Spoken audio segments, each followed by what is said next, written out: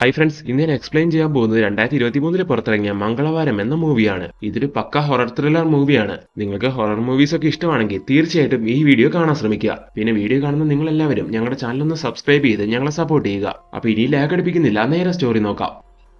മൂവിയുടെ സ്റ്റാർട്ടിംഗിൽ ആന്ധ്രയിലെ ഒരു ചെറിയ ഗ്രാമം കാണിക്കുന്നു. ഇപ്പൊ ആ ഗ്രാമത്തില് രവി എന്ന് പറയുന്ന ഒരു ചെറിയ പയ്യനെയും കാണിക്കുന്നു. ആ നാട്ടിൽ അവനൊരു കൂട്ടുകാരി ഉണ്ടായിരുന്നു. അവളുടെ പേര് സൈലു എന്നായിരുന്നു. ഈ സൈലുവാണ് നമ്മുടെ മൂവിയിലെ നായിക. അവളെപ്പറ്റി നോക്കുവാണെങ്കിൽ കുറച്ച് വർഷങ്ങൾക്ക് മുമ്പ് അവളുടെ അമ്മ മരിച്ചുപോയി. അതിനുശേഷം അവളുടെ അച്ഛൻ മറ്റൊരു സ്ത്രീനെ കല്യാണം കഴിച്ച് അവരുടെ കൂടെയാണ് താമസം. അതുകൊണ്ട് പ്രസന്റ്ലി അവളെ നോക്കി വളർത്തിക്കൊണ്ടിരിക്കുന്നത് അവളുടെ മുത്തശ്ശിയാണ്. അങ്ങനെ പേരൻസിന്റെ കെയറിങ്ങും സ്നേഹവും ഒന്നും കിട്ടാതെ അങ്ങനെ വളർന്നു വരുന്ന സൈലുവിന് ആകെ ഉണ്ടായിരുന്ന ഒരു സന്തോഷം ദേവിയായിട്ടുള്ള കൂട്ടായിരുന്നു. അതിൽ ആ നാട്ടിലൊരു അമ്പലം ഉണ്ടായിരുന്നു. അവിടുത്തെ ദേവീന്റെ അടുത്ത് പോയി പ്രാർത്ഥിക്കുന്നതും അവിടെ വിളക്കെല്ലാം കത്തിക്കുന്നതും രവിക്കും ഇവൾക്കും ഭയങ്കര ഇഷ്ടമായിരുന്നു. അങ്ങനെ അവരുടെ ജീവിതം മുന്നോട്ട് പോയിക്കൊണ്ടിരിക്കുന്ന ആ സമയത്താണ് ഒരു ദിവസം രവിന്റെ വീടിന് തീ പിടിക്കുന്നത്. അവനും ആകെ ഉണ്ടായിരുന്നത് അവന്റെ അച്ഛൻ മാത്രമായിരുന്നു. അങ്ങനെ വീടിന് തീ പിടിക്കുന്ന സമയത്ത് അയാളും അതിൽ മരിച്ചു പോകുന്നു. അങ്ങനെ ആ സീനോടെ കട്ടായിട്ട് ഒരു 10-12 വർഷങ്ങൾക്ക് ശേഷം ആ ഗ്രാമം കാണിക്കുന്നു. ഇപ്പൊ 1996. ഇപ്പൊ ആ ഗ്രാമത്തിലെ വലിയൊരു ചുമരില് ഒരു ദിവസം എല്ലാവരും ഒരു കാഴ്ച കാണുന്നു. സംഭവം നോക്കിയിട്ടുണ്ടെങ്കിൽ ആ നാട്ടിലെ രാജൻ എന്ന് പറയുന്ന വ്യക്തി അതേ നാട്ടിലുള്ള ഈ കാണിക്കുന്ന ഡാനിയൽ എന്ന് പറയുന്ന വ്യക്തിന്റെ ഭാര്യയായ മേരിയുമായിട്ട് ഇല്ലീഗൽ അഫയർ ഉണ്ടെന്നാണ് ഇപ്പൊ ഇവിടെ എഴുതി വെച്ചിരിക്കുന്നത്. അങ്ങനെ ഇപ്പൊ ആ കാര്യം അറിഞ്ഞ ഉടനെ അവളെ ഞാൻ വെറുതെ വിടില്ല എന്ന് പറഞ്ഞ് ഡാനിയൽ ഭാര്യയുമായിട്ട് പ്രശ്നം ഉണ്ടാക്കാൻ വേണ്ടി അവിടെ കൂടുവാണ്. ഇതേ സമയം കൂടി നിൽക്കുന്ന നാട്ടുകാരെല്ലാം അയാളെ പറഞ്ഞു മനസ്സിലാക്കാൻ ശ്രമിക്കുന്നുണ്ടെങ്കിലും അയാൾ അതൊന്നും കേൾക്കുന്നില്ല. അങ്ങനെ ആ സീനോട് കട്ടായി അടുത്ത സീനില്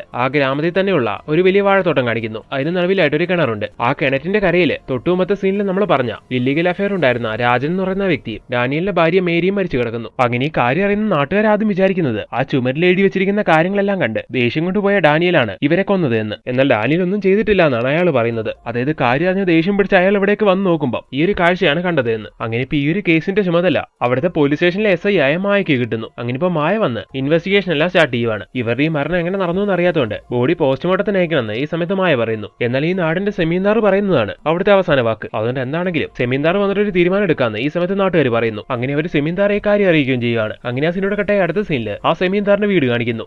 ഇതാണ് ആ സെമീന്ദാർ. ഇയാൾക്ക് ദൈവത്തിനൊന്നും വിശ്വാസം ഇല്ലെങ്കിലും ഈ കാണിക്കുന്ന ഇയാളുടെ ഭാര്യയ്ക്ക് ദൈവത്തിലൊക്കെ ഒരുപാട് വിശ്വാസമുണ്ട്. അങ്ങനെ ഇപ്പൊ അതുപോലുള്ള ചില സീക്വൻസ് എല്ലാം കാണിച്ച് അടുത്ത സീനിലെ സംഭവം നടന്ന സ്ഥലത്തേക്ക് സെമീന്ദാർ എത്തുവാണ്. ഈ സമയം മായ എന്ന് പറയുന്ന ഉദ്യോഗസ്ഥ അയാളോട് പറയുവാണ് ഇത് ഇങ്ങനത്തെ ഒരു കേസായോണ്ട് ഈ മരണം എങ്ങനെയാണെന്ന് അറിയാൻ വേണ്ടി ബോഡി പോസ്റ്റ്മോർട്ടത്തിന് അയക്കണം എന്നൊക്കെ. എന്നാൽ ഇത് കേൾക്കുന്ന സെമീന്ദാർ മായനോട് പറയുവാണ് അതിന്റെ കാര്യമൊന്നുമില്ല, ഇവര് തമ്മിൽ ഒരു തെറ്റായ ബന്ധം ഉണ്ടായിരുന്നു എന്നുള്ള കാര്യം നാട്ടുകാർക്ക് മുഴുവൻ മനസ്സിലായതാണ്. സോ കാര്യങ്ങളെല്ലാം പുറത്തായ സ്ഥിതിക്ക് നാട്ടുകാരെ എങ്ങനെ ഫേസ് ചെയ്യുമെന്നും പേടിച്ച് ഇതുവരെ ആത്മഹത്യ ചെയ്തതാണ്. ഇങ്ങനെയും പറഞ്ഞ അയാളുടെ ആൾക്കാരോട് ഈ 2 ബോഡി എത്രയും വേഗം അടക്കം ചെയ്യാനുള്ള കാര്യങ്ങൾ ചെയ്യാനും പറയുന്നു. അയാളുടെ വാക്കാണ് ആ നാട്ടിലെ അവസാന വാക്കെന്ന് പറയുന്നുണ്ടായിരുന്നല്ലോ. അതുകൊണ്ട് തന്നെ അയാളുടെ ആൾക്കാര് അയാൾ പറഞ്ഞാലും അനുസരിക്കുന്നു. അങ്ങനെ ആ സീക്വൻസ് എല്ലാം കാണിച്ച് അങ്ങനെ ആ സീനോടെ കട്ടാക്കി അടുത്ത സീനില് ആ ഗ്രാമത്തിലെ ഒരു ഡോക്ടറെ കാണിക്കുന്നു. ഇയാൾക്ക് പുറകിൽ ഒരു കഥയുണ്ട്, അത് നമുക്ക് വഴിയെ നോക്കാം. എന്നാലും ശരിക്കും ഈ കഥാപാത്രത്തെ നോട്ട് ചെയ്തു വെച്ചോളൂ. അങ്ങനെ ആ സീനോട് കട്ടായി അടുത്ത സീനില് ആ ഗ്രാമത്തിൽ ഒരു ദേവീക്ഷേത്രം ഉണ്ടെന്ന് പറയുന്നുണ്ടായിരുന്നല്ലോ. അവിടുത്തെ പൂജാരി ഇപ്പം ക്ഷേത്രത്തിന്റെ നടത്തിപ്പിന് എന്തെങ്കിലും സഹായിക്കണമെന്ന് പറഞ്ഞ് സെമീന്ദാറിന്റെ വീട്ടിലേക്ക് വരുന്നു. സെമീന്ദാറിന് ദൈവത്തിൽ വിശ്വാസമൊന്നും ഇല്ലാത്തതുകൊണ്ട് ഇപ്പൊ സഹായം ചോദിച്ചു വന്ന പൂജാരിനെ വഴക്ക് പറഞ്ഞ് അവിടെ നിന്ന് ഇറക്കി വിടാൻ തുടങ്ങുന്നു. എന്നാൽ ഈ സമയം ദൈവത്തിലൊക്കെ ഒരുപാട് വിശ്വാസമുള്ള സെമീന്ദാറിന്റെ ഭാര്യ രാജേശ്വരി ആണെങ്കിൽ സെമീന്ദാറിനെ അറിയിക്കാതെ ആ പൂജാരി ആവശ്യപ്പെട്ട പണവും കൊടുത്ത്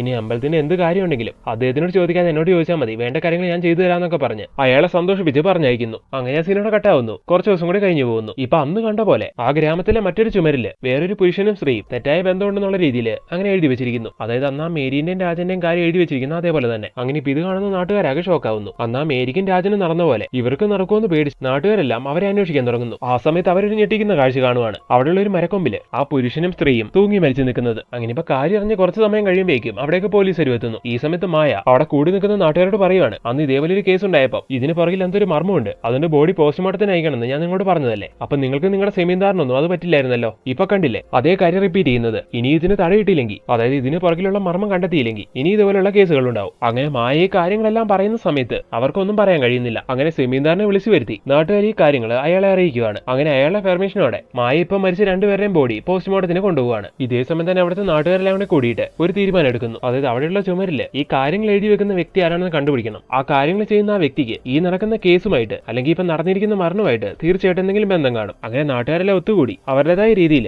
ആ വ്യക്തിനെ കണ്ടുപിടിക്കാൻ ശ്രമിക്കുന്നു. അങ്ങനെ രാത്രി സമയത്ത് ഈ കാര്യം കണ്ടുപിടിക്കാൻ വേണ്ടി ഇറങ്ങുന്ന കുറച്ച് നാട്ടുകാര് ഏതൊരു വ്യക്തി അവിടെയുള്ള ചുമരില് എന്തോ എഴുതി വെക്കാൻ തുടങ്ങുന്നതായിട്ട് കാണുവാണ്. അങ്ങനെ ഇപ്പൊ ഇതാണ് ഇവർ അന്വേഷിക്കുന്ന വ്യക്തി എന്ന് മനസ്സിലാക്കി അവര് അയാളെ പിടിക്കാൻ ശ്രമിക്കുന്നു. അവൻ അവിടെ നിന്ന് ഈ സമയം ഓടിക്കളയുന്നുണ്ടെങ്കിലും നാട്ടുകാർ കഷ്ടപ്പെട്ട് ഓടിച്ചിട്ട് അവനെ പിടിക്കുവാണ്. അങ്ങനെ ഇപ്പൊ അവൻ ആരാണെന്ന് നോക്കുന്ന സമയം അതാ നാട്ടിൽ തന്നെയുള്ള നാനി എന്ന് പറയുന്നൊരു വ്യക്തിയായിരുന്നു. അങ്ങനെ ഇപ്പൊ അയാൾ എന്തിനു വേണ്ടിയാണ് ഈ കാര്യം ചെയ്തതെന്ന് നമ്മളോട് പറയുന്നതിന് മുമ്പ് സൈലു എന്ന് പറയുന്ന നമ്മുടെ നായിക നായികനെ പറ്റി മൂവിയുടെ സ്റ്റാർട്ടിംഗിൽ പറഞ്ഞായിരുന്നല്ലോ. അതിനുശേഷം പിന്നീട് അവളെ പറ്റി ഒന്നും പറയുന്നില്ലായിരുന്നു. ഇപ്പൊ അവളെ പറ്റിയുള്ള ഒരു ഫ്ലാഷ് ബാക്ക് നമ്മളെ കാണിക്കാൻ തുടങ്ങുന്നു. സിറ്റിയിലുള്ള ഒരു വലിയ കോളേജിലായിരുന്നു നായിക പഠിച്ചിട്ടുണ്ടായിരുന്നത്. ആ സമയത്ത് അവളുടെ ഇംഗ്ലീഷ് അധ്യാപകനുമായിട്ട് ഒരുപാട് അടുക്കുന്നു. അങ്ങനെ വളരെ പെട്ടെന്ന് അവർ തമ്മിൽ പ്രണയിക്കാനും തുടങ്ങുവാണ്. ഒരു ദിവസം അയാളെ കാണാൻ വേണ്ടി അവൾ അയാളുടെ റൂമിലേക്ക് ചെല്ലുമ്പോൾ ഒരുപാട് റൊമാൻറ്റിക് ആയിട്ടെല്ലാം സംസാരിച്ച് അയാൾ അവളെ കിസ് ചെയ്യുന്നു. അങ്ങനെ ആ ഒരു സമയത്തെ ഫീൽ കൊണ്ട് അവർ ഒരുപാട് റൊമാൻസ് എല്ലാം ചെയ്യുന്നു. അതായത് ഫിസിക്കലി ഒന്നിക്കുവാണ്. പിന്നീട് അങ്ങോട്ട് ഈ ഒരു കാര്യം അവരുടെ ഇടയിൽ പതിവാകുന്നു. അങ്ങനെ ആ സമയത്തല്ല ആ അധ്യാപകൻ അവളോട് പറയുമായിരുന്നു, നിന്റെ കോളേജിലെ പഠിത്തമെല്ലാം തീരുമ്പോൾ നിന്നെ ഞാൻ കെട്ടുവെന്ന്. അതുകൊണ്ട് തന്നെ നമ്മുടെ നായിക കോളേജ് പഠിത്തം എല്ലാം കഴിഞ്ഞ് അയാളുമായിട്ടുള്ള വിവാഹത്തിനെ പറ്റിയല്ല ഒരുപാട് സ്വപ്നം കണ്ടിരുന്നു. എന്നാൽ അങ്ങനെ ഇരിക്കുന്ന ഒരു സമയത്ത് അയാൾ പെട്ടെന്ന് കോളേജിൽ നിന്ന് നായികനോട് പറയാതെ കുറെ ദിവസം ലീവ് എടുക്കുവാണ്. നായികയ്ക്കാണെങ്കിൽ ഒന്നും മനസ്സിലാവുന്നില്ല. അയാൾ എവിടെ പോയിന്നോ എന്തായിരുന്നോ ഒന്നും അറിയത്തില്ല. അങ്ങനെ ഇരിക്കുന്ന സമയത്ത് നായിക ഒരു കാര്യം അറിയുവാണ്,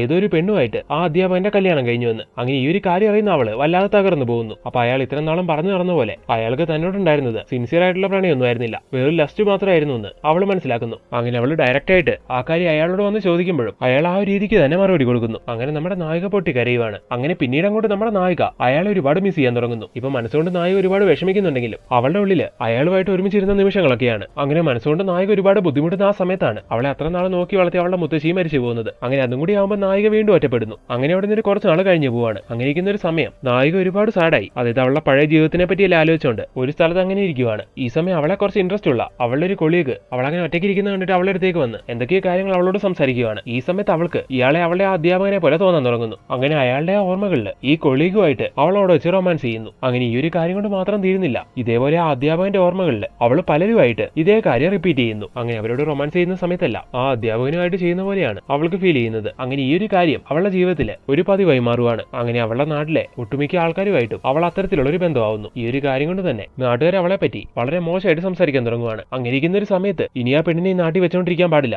അവളെ ഇവിടെ ഓടിക്കണമെന്ന് ആ നാട്ടിലെ ഒരു കൂട്ടം ആൾക്കാർ വന്ന് അവിടുത്തെ സെമീന്ദാറിനോട് പറയുവാണ്. ഇത് കേൾക്കുന്ന സെമീന്ദാർ ശരി അങ്ങനെയാണെങ്കിൽ അവളെ ഇങ്ങോട്ട് പിടിച്ചോണ്ട് പോവാ, ഞാൻ അതിൽ വേണ്ട തീരുമാനം എടുക്കാന്ന് പറയുവാണ്. അങ്ങനെ നാട്ടുകാർ അവളെ പിടിച്ചോണ്ട് നേരെ സെമീന്ദാറിന്റെ അടുത്തേക്ക് കൊണ്ടുവരുന്നു. ഈ സമയത്ത് സെമീന്ദാർ അവളോട് ചോദിക്കുവാണ്, ഈ നാട്ടിലെ ഒട്ടുമിക്ക ആൾക്കാരുമായിട്ട് നിനക്ക് തെറ്റായ ബന്ധമുണ്ടെന്നാണ് എല്ലാരും പറയുന്നത്. ഇതേപോലെ ഒരു സ്വഭാവമുള്ള നിന്നെ ഇനി നാട്ടിൽ നിർത്താൻ കഴിയില്ല, അതുകൊണ്ട് എത്രയും വേഗം ഇവിടെ വിട്ട് പൊക്കോണമെന്നൊക്കെ സെമീന്ദാർ അവളോട് പറയുവാണ്. സെമീന്ദാർ ഇപ്പൊ അങ്ങനെ ഒരു തീരുമാനം പറഞ്ഞുകൊണ്ട് തന്നെ അവിടുത്തെ നാട്ടുകാരെല്ലാം അവളെ അവിടെ നാട്ടിൽ ഓടിക്കുവാണ്. അങ്ങനെ വേറെ പോവാൻ വേറെ സ്ഥലമൊന്നും ഇല്ലാതാവുന്ന സമയം വേറെ നിവൃത്തിയില്ലാതെ അവൾ ആ ഗ്രാമത്തിൽ തന്നെയുള്ള ആ വാഴത്തോട്ടത്തിന്റെ നടുവിലുള്ള ആ കിണറില്ലേ അതിൽ ചാടി മരിക്കുന്നു. അപ്പൊ അതായിരുന്നു സൈലുവിന്റെ കഥ. അങ്ങനെ നാട്ടുകാരെ ആ ടോർച്ചറിംഗ് കൊണ്ട് മരിച്ചുപോയ സൈലു ഇപ്പൊ ഒരു പ്രേതമായി വന്ന് ഇവരോടെല്ലാം പ്രതികാരം വീട്ടുന്നതാണോ എന്നാണ് ഇപ്പൊ എല്ലാരും ആലോചിക്കുന്നത്. അങ്ങനെ ആ സീനോട് കട്ടെ അടുത്ത സീനില് അന്ന് നാട്ടുകാർ ഓടിച്ചിട്ട് പിടിച്ച ആ പയ്യനെ കാണിക്കുന്നു. അവനിപ്പോ പോലീസ് സ്റ്റേഷനിലേക്ക് എത്തിച്ചിരിക്കുവാണ്. അവൻ ആ ചുമരിൽ എന്തോ എഴുതി വെക്കാൻ തുടങ്ങുന്നത് കണ്ടിട്ടാണല്ലോ ഇവര് പിടിച്ചിട്ടുള്ളത്. അങ്ങനെ ഇപ്പൊ പോലീസുകാർ അതിനെപ്പറ്റി ചോദ്യം ചെയ്യുന്ന സമയം ഇതിനു മുമ്പ് ഈ ക്രൈംസ് എല്ലാം ചെയ്തുകൊണ്ടിരുന്നത് ഇവനല്ല, ഇവൻ നിരപരാധിയാണെന്നുള്ള കാര്യം പോലീസുകാർ കണ്ടെത്തുന്നു. അതിനുശേഷം നാട്ടുകാരെല്ലാം ഒത്തുകൂടി അന്നത്തെ പോലെ തന്നെ കാവലിരിക്കുവാണ്. ഇനി ആരെങ്കിലും അങ്ങനെ എഴുതാൻ വേണ്ടി വന്നാ അവരെ പിടികൂടാൻ വേണ്ടി. അങ്ങനെ നാട്ടുകാരുടെ കണ്ണൊന്നും മാറുന്ന സമയം അവിടെയുള്ള ഒരു ചുമരില് മൂവിയുടെ ഒരു ഭാഗത്ത് കാണിച്ച അവിടുത്തെ ഡോക്ടർ ഇല്ലേ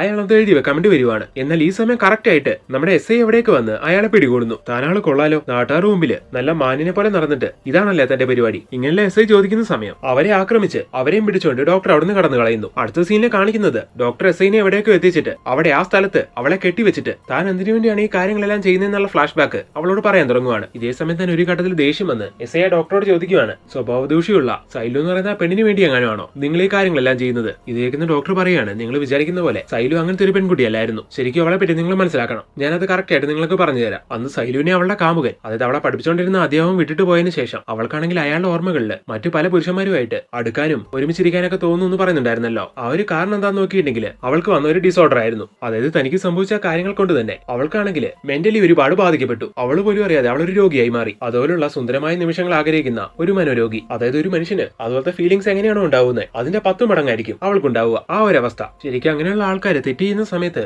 അവർക്ക് മറ്റു ഫീലിംഗ്സ് ഒന്നും ഉണ്ടാവില്ല, അതങ്ങ് ചെയ്യും. അത് കഴിഞ്ഞിട്ട് ഈ കാര്യങ്ങളെ പറ്റി എല്ലാം ആലോചിച്ച് അവരൊരുപാട് പശ്ചാത്തപിക്കും. അങ്ങനെയായിരുന്നു നമ്മുടെ സൈലു. ശരിക്കും കെയർ ചെയ്തില്ലെങ്കിൽ ആ ഒരു സമയത്ത് മാനസികാവസ്ഥ കൊണ്ട് അതുപോലുള്ള ആൾക്കാർ സൂയിസൈഡ് ചെയ്യാൻ വരെ ചാൻസ് ഉണ്ട്. അങ്ങനെ ഇപ്പൊ ഈ കാര്യങ്ങളെല്ലാം അറിയുന്ന ആ ഡോക്ടർ ആണെങ്കിൽ പിന്നീട് അങ്ങോട്ട് അവളെ കൂടെ കൂട്ടി ഒരു മകളെ പോലെ അവളെ കെയർ ചെയ്യാൻ തുടങ്ങുന്നു. നല്ല രീതിയിൽ അവളെ നോക്കാൻ തുടങ്ങുന്നു. അങ്ങനെ ഇരിക്കുന്ന സമയത്തായിരുന്നു ഇനി ആ നാട്ടിൽ നിൽക്കാൻ പാടില്ല എന്നും പറഞ്ഞ് അവളെ നാട്ടുകാരെല്ലാം അവിടെ നിന്ന് ഓടിച്ചിട്ടുണ്ടായിരുന്നത്. അങ്ങനെ ഇപ്പൊ ഈ കാര്യങ്ങളെല്ലാം ഡോക്ടർ എസ്ഐനോട് പറഞ്ഞുകൊണ്ടിരിക്കുന്ന അതേ സമയം തന്നെ ആ നാട്ടുകാരുടെ കൂട്ടത്തിലുള്ള ഏതൊരു വ്യക്തി ഈ കാര്യങ്ങളെല്ലാം അവിടെ ഒളിഞ്ഞു നിന്ന് കേട്ട് ഇത് ബാക്കിയുള്ള ആൾക്കാരെ അറിയിക്കാൻ വേണ്ടി അവിടെ ഓടുവാണ്. ഇതേ സമയം തന്നെ മാസ്ക് വെച്ചൊരു വ്യക്തിയാണെങ്കിൽ അയാളെ പിന്തുടർന്ന് വന്ന് അയാൾ അവിടെ വെച്ച് കൊന്നു കളയുന്നു. അങ്ങനെ ഇപ്പൊ ആ മാസ്ക് വെച്ച വ്യക്തി ആരാണെന്ന് നമ്മോട് പറയാൻ തുടങ്ങുന്നു. നായകന്റെ കൂടെ ചെറുപ്പത്തിലുണ്ടായിരുന്ന അവളുടെ ഒരു കൂട്ടുകാരനില്ലേ രവി, അവനായിരുന്നു ഇത്. അപ്പൊ ഇത്ര നാൾ ഈ രവി എവിടെയായിരുന്നു എന്നുള്ളൊരു ചിന്ത നമ്മുടെ മനസ്സിലേക്ക് വരും. ആ സമയത്ത് ഈ രവിന്റെ അച്ഛൻ പല പ്രാവശ്യവും സൈലുവിനെ വീട്ടിലേക്ക് വിളിച്ചു വരുത്തി അവളെ സെക്ഷലായിട്ട് അബ്യൂസ് ചെയ്യാൻ ശ്രമിക്കുന്നുണ്ടായിരുന്നു. ആ ഒരു കാഴ്ച കാണുന്ന രവി ആ സമയത്ത് ഒരു തീരുമാനം എടുക്കുവാണ്. അവളോട് അങ്ങനെ തെറ്റായ ഇന്റൻഷനോടെ പെരുമാറുന്ന അച്ഛനെ ഇനി വെറുതെ വിട്ടുവിടാന്ന്. അങ്ങനെ ഒരു ദിവസം ദിവസം രാത്രി അയാൾ ഉറങ്ങിക്കിടക്കുമ്പോൾ രവി വീടിന് തീ കൊളുത്തുന്നു. അങ്ങനെയായിരുന്നു അയാൾ അതിൽ മരിക്കുന്നത്. ആ സീക്വൻസ് എല്ലാം മൂവിയുടെ സ്റ്റാർട്ടിംഗിൽ കാണിക്കുന്നുണ്ടായിരുന്നല്ലോ. അങ്ങനെ അന്ന് നടന്ന ആ ഒരു കാര്യത്തിന് ശേഷം രവി ആണെങ്കിൽ ആ അപകടത്തിൽ മരിച്ച പോലെ നാട്ടുകാരെ വിശ്വസിപ്പിച്ച് ഇത്രയും നാളും ആരും കണ്ണിപ്പെടാതെ ഇതേ നാട്ടിൽ തന്നെ ഒളിഞ്ഞു താമസിച്ചുകൊണ്ടിരിക്കുകയായിരുന്നു. ഇത്രയും നാളായിട്ട് നമ്മുടെ സൈലുവിന് പോലും രവി ജീവനോട് കൂടി ഉണ്ടെന്നുള്ള കാര്യം അറിയത്തില്ലായിരുന്നു. എന്നാൽ അങ്ങനെ ഇരിക്കുന്ന സമയത്ത് അവൾക്ക് ആ കാര്യങ്ങളെല്ലാം സംഭവിച്ച് അവൾ അങ്ങനെ ഡിപ്രഷനിലാവുന്ന സമയം, അതായത് ആ പ്രശ്നങ്ങളെല്ലാം, അതായത് അവൾ മാനസികമായിട്ട് ബാധിക്കപ്പെട്ട് ആ ഒരു അവസ്ഥയിലാവുന്ന സമയം, അത്രയും നാൾ അവൾ അറിയാതെ അവളെ ഫോളോ ചെയ്തുകൊണ്ടിരുന്ന രവിയാണെങ്കിൽ ഈ ഒരു അവസ്ഥയിലെങ്കിലും അവൾക്കൊരു തുണ വേണമെന്നുള്ള രീതിയിൽ അവളുടെ അടുത്തേക്ക് വരുവാണ്. എന്നിട്ട് ഇതേപോലെ നടന്ന കാര്യങ്ങളെല്ലാം പറഞ്ഞ് അവളെ സത്യാവസ്ഥ എല്ലാം ബോധിപ്പിക്കുന്നു. അതുപോലെ നിന്റെ ഈ ഒരു അവസ്ഥയിൽ മറ്റാരും നിന്റെ കൂടെ ഇല്ലെങ്കിലും ഞാനുണ്ടാവുമെന്നും പറഞ്ഞുകൊണ്ട് അവളെ സമാധാനിപ്പിക്കുകയും ചെയ്യുവാണ്. അതിനുശേഷം രവി പ്ലാൻ ചെയ്യുന്ന ഒരു കാര്യം എന്താന്ന് നോക്കിയിട്ടുണ്ടെങ്കിൽ സൈലുവിനെയും കല്യാണം കഴിച്ച് ആരുടെയും ശല്യമില്ലാതെ വേറെ ഏതെങ്കിലും നാട്ടിലേക്ക് പോയി സുഖമായിട്ട് ജീവിക്കാന്നാണ്. അങ്ങനെ അതിന് വേണ്ട ഹെൽപ്പുകളെല്ലാം ആ ഡോക്ടർ ചെയ്തും കൊടുക്കുന്നു. അങ്ങനെ ഇരിക്കുന്ന സമയത്തായിരുന്നു സെമീന്ദാർ അവളെ കാണണമെന്ന് പറഞ്ഞുകൊണ്ട് അവിടേക്ക് വിളിച്ചുകൊണ്ട് വന്നിട്ടുണ്ടായിരുന്നത്. അതിനുശേഷം സംഭവിച്ച കാര്യങ്ങളെല്ലാം നിങ്ങളും കണ്ടതാണല്ലോ. എന്തായാലും സൈലുവിനെ നഷ്ടമായതിനു ശേഷം രവിയാണെങ്കിൽ ആകെ പ്രാന്ത് പിടിച്ച അവസ്ഥയിലാവുകയാണ്. പ്രസന്റിൽ ഈ കാര്യങ്ങളെല്ലാം ഡോക്ടർ എസ് ഐക്ക് പറഞ്ഞു കൊടുക്കുന്നു. ഇതെല്ലാം കേൾക്കുന്ന എസ് ഐ പറയുവാണ്, ഈ കാര്യങ്ങളെല്ലാം അറിഞ്ഞിട്ടും നാട്ടുകാരിൽ ഇതെല്ലാം മറച്ചു വെച്ച നിങ്ങളാണ് തെറ്റുകാരൻ. അപ്പൊ ഡോക്ടർ പറയാണ്, ഞാനല്ല തെറ്റുകാരൻ. സെമീന്ദാർ പറയുന്ന കാര്യവും കേട്ട് അവളെ ഇത്രയധികം ദ്രോഹിച്ച ഇവിടുത്തെ നാട്ടുകാരാണ് തെറ്റുകാര്.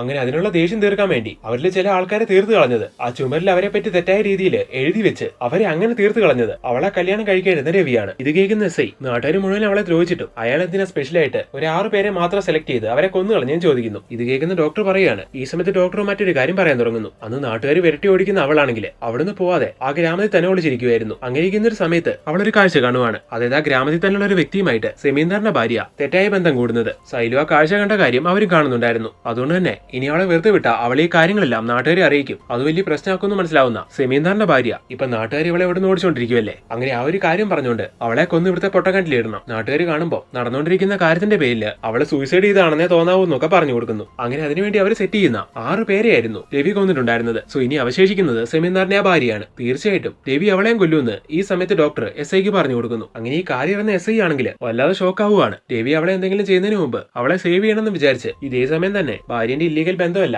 സെമീന്ദാർ അങ്ങനെ അറിയുന്നുണ്ടായിരുന്നു. അങ്ങനെ ആ ഒരു കാര്യത്തിന്റെ പേരിൽ ആകെ ദേഷ്യം വന്ന അയാളാണെങ്കിൽ അവളെ കൊന്ന് പെട്രോൾ ഒഴിച്ച് കത്തിക്കുന്നു. ഇതേ സമയം തന്നെ എങ്ങനെ രവി ഈ കാര്യങ്ങളെല്ലാം അറിയുന്നു. അങ്ങനെ സൈലുവിന്റെ മരണത്തിന് കാരണക്കാരായ ആരും ഇപ്പൊ ജീവിച്ചിരിപ്പില്ല. 6 പേരുടെ നായകനും പ്രതികാരം വീട്ടി. പിന്നെ ബാക്കിയുണ്ടായിരുന്ന സെമീന്ദാറിന്റെ ഭാര്യനെ സെമീന്ദാർ തന്നെ കൊന്നു കളഞ്ഞുകൊണ്ട് ആ ഒരു കരി ഒഴിവായി. അങ്ങനെ ഇപ്പൊ ചെയ്യാൻ ആഗ്രഹിച്ച കാര്യങ്ങളെല്ലാം ചെയ്തു കഴിഞ്ഞ് രവി സൈലു മരിച്ച അതേ കിണറ്റിലേക്ക് ചാടി മരിക്കുവാണ്. അതായത് അവനും ജീവൻ കൊടുക്കുന്നു. ഈ സമയത്ത് നിങ്ങൾക്കൊരു ചിന്ത വരാം, നായകനെ കൊന്നത് ഇവരാണെന്നുള്ള കാര്യം നമ്മുടെ ഡോക്ടറും രവിയൊക്കെ എങ്ങനെ അറിഞ്ഞുവെന്ന്. ഈ സമയത്താണ് അതിന്റെ ഫ്ലാഷ് ബാക്ക് നമുക്ക് കാട്ടിത്തരുന്നത്. അന്ന് സെമീന്ദാറിന്റെ ഭാര്യ ഉൾപ്പെടെ അവരെല്ലാരും കൂടി കൂടിയിട്ട് നായകനെ കൊന്ന് കിണറ്റിലിടുന്ന കാര്യം ആ നാട്ടിൽ തന്നെയുള്ള കണ്ണായിരം എന്ന് പറയുന്ന ഒരു വ്യക്തി കാണുന്നുണ്ടായിരുന്നു. അങ്ങനെ അയാൾ വന്നിട്ടാണ് ഈ കാര്യങ്ങളെല്ലാം ഡോക്ടറെയും രവിനെ അറിയിച്ചത്. അതായത് അയാൾ ഡോക്ടറെയാണ് അറിയിക്കുന്നത്. അതിനുശേഷം ഡോക്ടർ രവിനെ ഈ കാര്യം അറിയിച്ചു. അങ്ങനെയാണ് രവി അവരോടെല്ലാം പ്രതികാരം വീട്ടിയത്. അങ്ങനെ ഇപ്പൊ ഇത്തരത്തിലുള്ള ഒരു എൻഡിങ് കാണിച്ചുകൊണ്ട് അങ്ങനെ ഒരു എൻഡിങ്ങോടെ ഈ ഒരു മൂവി അവസാനിപ്പിക്കുന്നു.